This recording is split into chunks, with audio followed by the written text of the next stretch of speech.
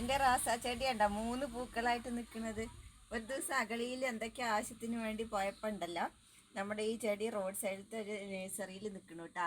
അതായത് പിങ്ക് കളറും ഉണ്ട്, ഇങ്ങനെ റോസ് കളറും പിങ്ക് റോസും കൂടി കലർന്ന പൂക്കളാണ്.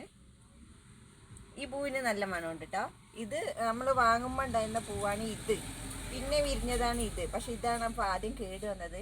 ഇത് ഇവിടെ കൊണ്ടുവന്ന ശേഷം വിരിഞ്ഞതാണ് ഇത് കേട്ടോ. മറ്റതും അതെ, ഇവിടെ കൊണ്ടുവന്ന ശേഷം വിരിഞ്ഞാണ്. അന്ന് നല്ല മൊട്ടായി നിൽക്കണായിരുന്നു. ഇത് ഇവിടെ വന്ന ശേഷം മൊട്ടുണ്ടായിട്ട് വിരിഞ്ഞതാണ്. ഇതിനാണിപ്പോൾ മണമുള്ളത്.